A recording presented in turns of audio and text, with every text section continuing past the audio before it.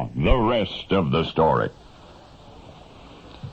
It was freezing cold in the railway station waiting room, but the young attorney would not risk further insult by asking for his overcoat. So he just sat there and shivered and brooded, while his coat remained packed in his luggage out on the station platform. As midnight approached, the night grew colder still.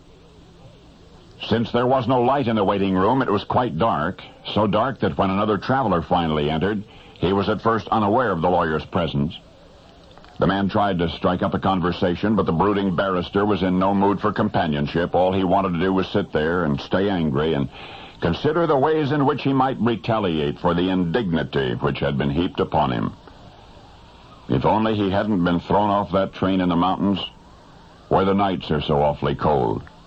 Perhaps the attorney could sneak his overcoat out of his suitcase if the station master wasn't looking or had fallen asleep, but the young lawyer decided not to risk another confrontation with the white establishment. Had he been white, he thought to himself, he would now be sleeping comfortably on the train, and the Maritzburg station would be far behind. For this is the rest of the story. The attorney had a first-class ticket, and he was traveling in first-class accommodations. But then the train pulled into Maritzburg about 9 p.m., and a passenger got on, a white passenger. He took one look at the lawyer, saw only a colored man. He left the coach and returned with 2 railroad employees. One of the employees told the attorney he was in the wrong car, that the third-class car was the next one down. The young lawyer said so what? He'd been traveling first class thus far and intended to continue. The railroad people threatened to summon police. The attorney said, "I dare you," so they dared.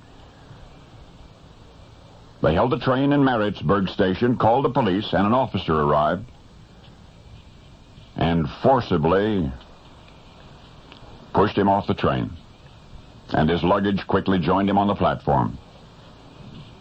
Now, once and for all, would that young man please go to the third-class car? But the lawyer refused. Instead, went to the cold, dark waiting room and sat and stayed the entire night. The following day, he boarded another train. He rode first class without a hassle. He resumed his journey to Charlestown, but what had happened the night before at that lonely rail stop in the capital of Natal would profoundly influence the rest of that young lawyer's life. For it was then and there in the freezing darkness that an infinitesimal spark was fanned into an all-consuming conflagration.